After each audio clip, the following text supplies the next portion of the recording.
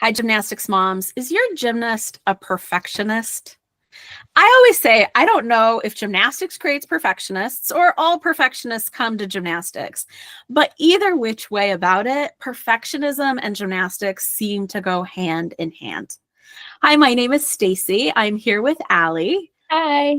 And we are the co-founders of Gymnastics Mindset Academy, and we are here to help you as a mom develop a happy, healthy, emotionally healthy gymnast who knows how to win. And so we are bringing you different topics in helping you understand how to help your gymnast get the skills that she needs for season. One of the biggest things that we notice that holds gymnasts back is perfectionism. Now, perfectionism in the adult world, we're like, oh, I'm a recovering perfectionist. Like it's a little bit of a badge, but also like not the best thing. But in sports, and especially in gymnastics, perfectionism is often really glorified because the precision, the technique, the perfect 10 performance, the fact that, when they're judged, they're like trying to reach that perfect score.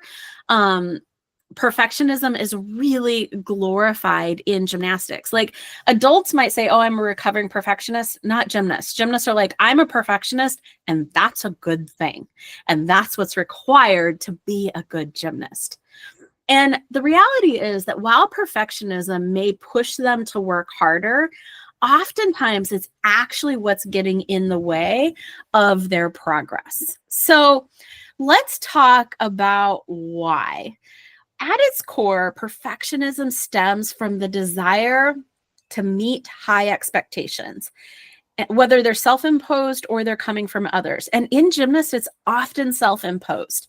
Now, I don't know, a lot of coaches out there expect perfection as well, but usually gymnasts it's self-imposed. But part of it is because gymnasts are praised for getting things right, getting things done.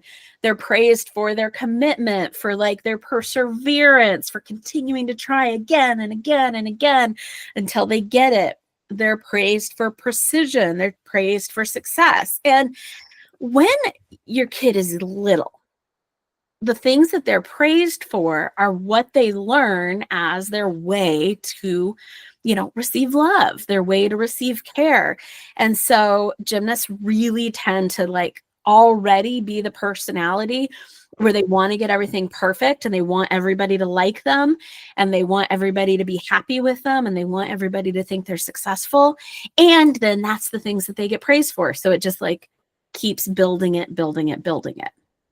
And a lot of gymnasts come to us where their perfectionism has come to a breaking point because it's gotten them to this point that they're stuck.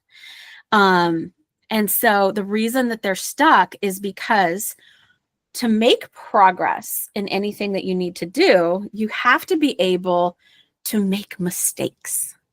And for gymnasts, they're not okay with making mistakes, even towards the very early part of learning a new skill. And so a lot of times, if they don't get the new skill very, very quickly, they begin to get super frustrated, get super panicked that they're going to run out of time. I mean, I start coaching girls who are panicked they start upgrades in June. And by the beginning of July, they're starting to panic that they're not going to have their skill for season. I'm like, you've got a lot of time left to get this skill. But they kind of start panicking really quickly. And so it leads them to really struggle to get that new skill and to be able to fail and learn from it, which we're going to talk a lot more. Allie, why don't you take that? Yeah. Okay. I just actually want to go back to it. It was pretty funny. One of the most popular Instagram posts that I made that was towards gymnasts was my toxic trait is if it's not perfect, it's trash. And it's so funny because they legitimately have that thought process. I can't tell you how many girls that the girl that was actually in the video of it is one who she is a college gymnast. So like scoring, you know, is a little bit elevated, but in Division 3, not quite as bad. And she was scoring 9.8s and above on floor, almost like every routine. And the video I posted was her like doing this beautiful tumbling pass and like taking a little stumble on her lunge. And that is what she coached about. Like she was like, I have to get my lunge smaller because then it's not good enough and it's not perfect. And she was ranked literally #1 in the nation on floor. It's like, okay, let's talk about this. And what's funny is because thinking about it, like in general, we would be like, well, yeah, the reason that she's so good is because she, you know, really wants to do well and like wants to gain tense back. And like to an extent, that's true. But most of the time, when they are a perfectionist, they are so mean to themselves when it's not perfect. And that's really what the problem is. And so that's where they kind of get caught up is it's not that a problem that they want to do well, right? Like we're on board with that. We want everyone to do well too. Yeah. Like that is not what the problem is. It becomes the toxic trait when everything is trash and it's not good enough and you're starting to beat yourself up and be unkind to yourself when it is not perfect. And here's the deal. Then let's take that already and add on meet season. I know we were talking about for her for competition, but that ends up being the pressure cooker of perfectionism because not only are they trying to like do really, really well and gain every 10th back and all of this, the scores that they're getting to try and get perfect are also being displayed to every single person they care about in the entire universe, right? The scores can be looked up online. They're flashed in front of your coaches and their friends and their parents.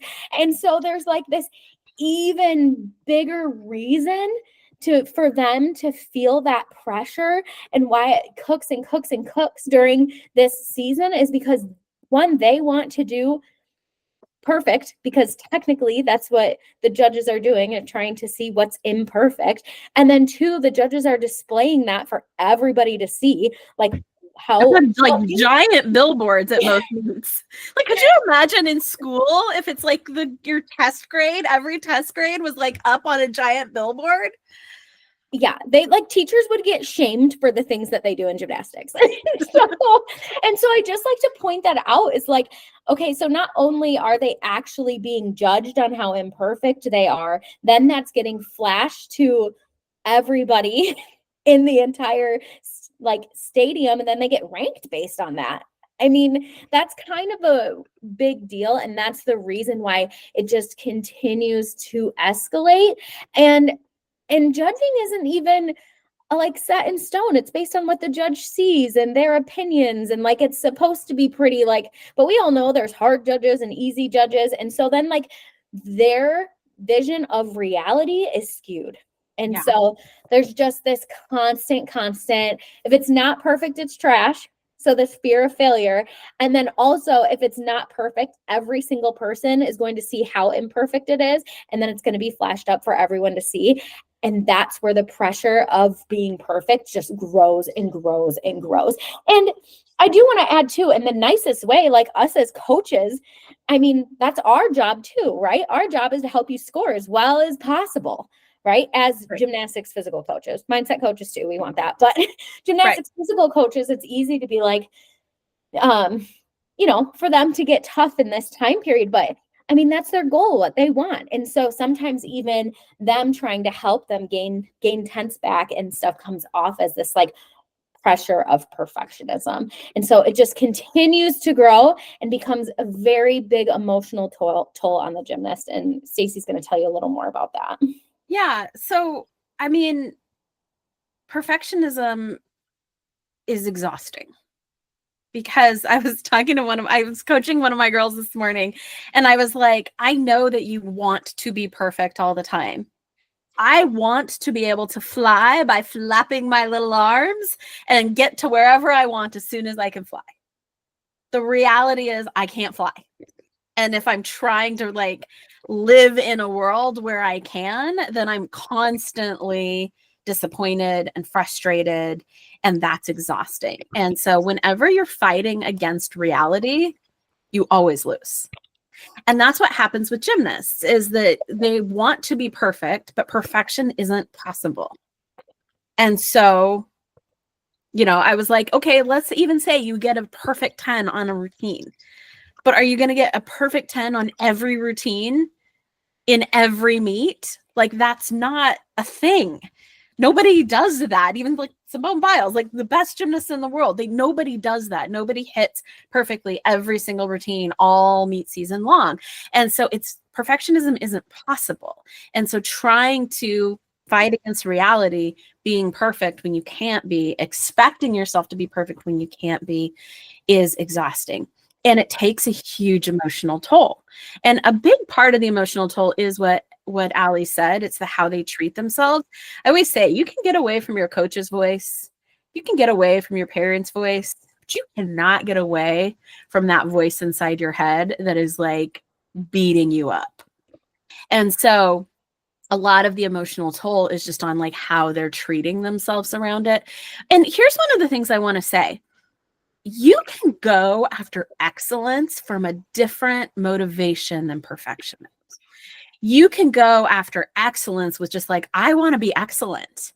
I want to do my very best. I want to win. Like, we teach our girls, like, gymnasts are usually like, oh, I just want to hit 4 for 4. And, wherever I end up is wherever I end up. Like, no, we teach our gymnasts, like, you want to win and you're going after winning. I was coaching one of my little level 6s who's trying to go 8 this year. And I was like, what's your goal? She's like, to be the best level 8 in the region. Like, that's what she's going after. No bones about it. So like, you can go after those big goals. So it's not saying like, oh, don't try to be perfect. Don't try to go after those big goals. No, go after those big goals and know that the way that you're going to get to those big goals is through failure after failure after failure after failure. So we call them worthy fails. So a worthy fail is when you try something towards what you're trying to do and you make a genuine attempt and it doesn't work. And what we teach them is that failure are the stepping stones on the path to success. Because you can't, if you know gymnastics at all, this is one of the best examples, like casting the handstand on bars. The only way that you can learn where that handstand spot is where you can balance is by casting over, casting under, sometimes landing on each side. And it's like learning the nervous system and the brain learning, oh, if I go this, it's too far. I can't pull it back. If I go this, it's not far enough. And And it's the failure that makes them learn where success is. That you literally can't learn a cast handstand without learning how all the other ways. And so that's the point. You can't learn new gymnastic skills without making mistakes, learning from them, trying again, making mistakes, learning from them, trying again. And so we call those mistakes where they're genuinely trying something towards getting the skill, making a correction, trying mental training, trying visualization, worthy fails.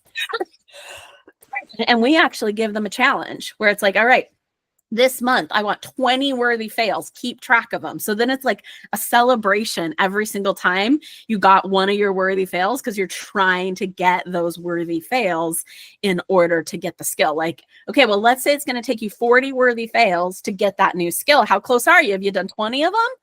Oh, you're only on 5? You need a bunch more worthy fails before you're going to get that skill.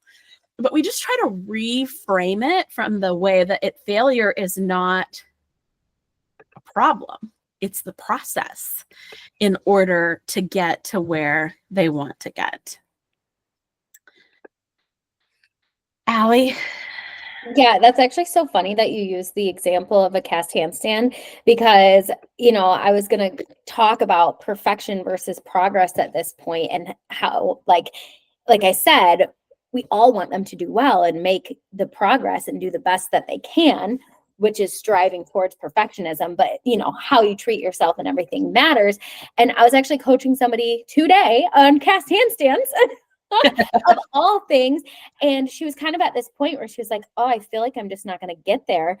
And we were talking about how progress, we wait until like we hit perfect to celebrate, or we get the skill to celebrate.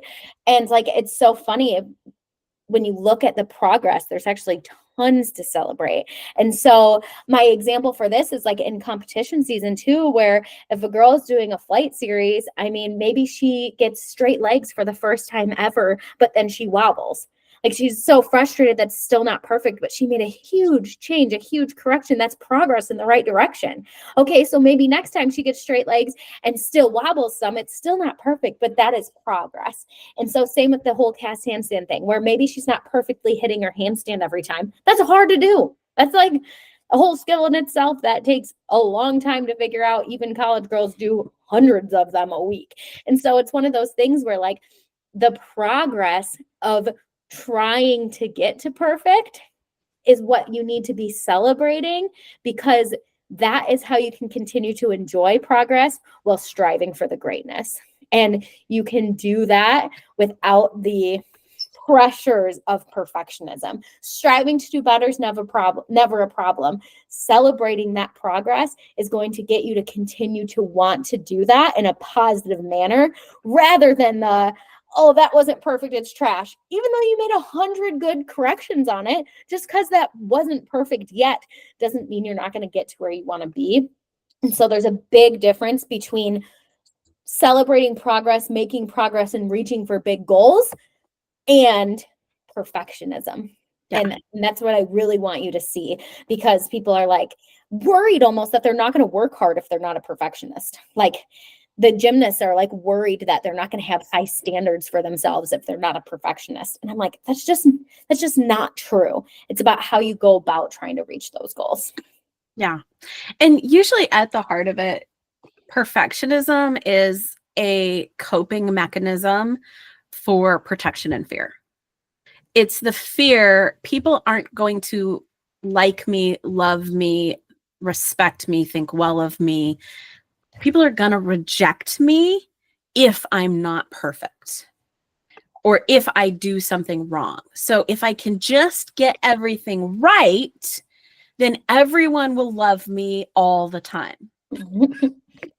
And I was talking to my sweet little perfectionist this morning about that, and about how, people, we always teach them that other people's thoughts are about them. Because as human beings, we're mostly focused on ourselves. And even when we have a thought about another person, it's usually about how that affects us, how we feel because of what they did. And our thoughts about other people are still really about ourselves. And so I'm like, well, okay, if you're trying to strive to never have someone have a thought about you that's negative, but their thoughts are actually about themselves, then now not only do you have to be perfect, you have to set up a world in which they all think really well of themselves too. So now you're responsible for every human in the world thinking well of themselves so that they don't ever think badly of you. Completely impossible to do, right? But as humans, we think if I just get it right, then I will be loved and I won't be rejected. And I'm going to be sciencey for just a minute here. Well, it's not you. Me? But here's the deal. If you think back to the primary brain and caveman days, back in caveman days, or however you want to think about it, to be cast out of the cave, cast out of the tribe, actually meant certain death. You couldn't survive in the wilderness on your own for a long period of time. And so that part of our brain is still wired for that. And so we think that being rejected by another human is a life or death situation. And it's simply not. I mean, very rarely is it a life or death situation, but in this case, absolutely not. Whether or not they get a good score is not a life or death situation for them. Whether or not their coach is happy with them is not a life or death situation. And so, their body is reacting as if they're in great danger when they're not. And so what they do to try to protect themselves from that is they try to get it perfect all the time. So perfectionism is just a coping mechanism for fear of rejection. It actually has nothing to do with excellence. It actually doesn't really have much to do with winning. And you can see this where Allie's collegiate gymnast was ranked #1. She was winning, and it still wasn't good enough, because perfectionism at its heart isn't about that. It's not about excellence. It's not about winning. It's about never being rejected by another human being. And so helping your gymnast go like, that's not what it takes to be the best. And you're never going to accomplish that. So you're trying to flap your little arms and fly, like, and you're fighting against reality, and it's never going to help. So we work with perfectionists all the time. Allie, you want to talk about why? Oops. I'm going to talk about why. So we work with perfectionists all the time. And the reason is, like I said, because this is one of the main struggles with gymnasts. That perfectionism leads them to the point where they're stuck, where they're not making progress, where gymnastics is no longer fun, where they're constantly upset or in tears, or it's not good enough. And so helping them reframe how they think about perfectionism, helping them reframe how they think about progress, helping them reframe how they think about performing at their best and how they're going to get there. But then what it means for them as a human is all part of the package of helping them really unlock their true potential, be their best self that they can be, because they're not getting to their true potential when they're driven by fear of getting it wrong. They're getting to their true potential when they're totally able to mess up, learn from it, make progress, mess up, learn from it, make progress. If they're not able to look at their mess ups because they're so ashamed of messing up and not being perfect, then they're not going to be able to learn from it and make progress. So they're going to get to their very best if they're able to look at things without the lens of perfectionism. And so that's one of the things that we really help them with, and we really work on, but that is something that, takes time.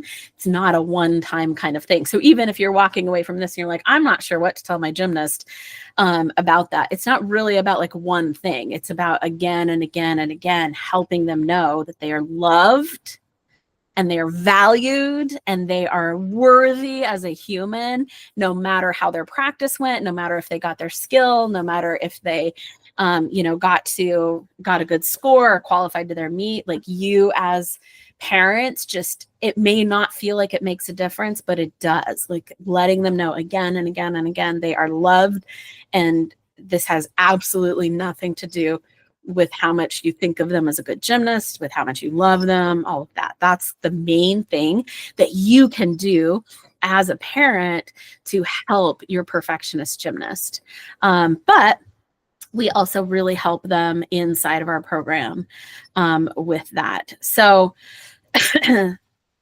perfectionism is an obstacle, and it might seem like it makes them better, but it often causes them to feel stuck, anxious, and unable to perform at their best. So learning to reframe the process of getting something with worthy fails, focusing on progress rather than perfection, gymnasts can then help break free.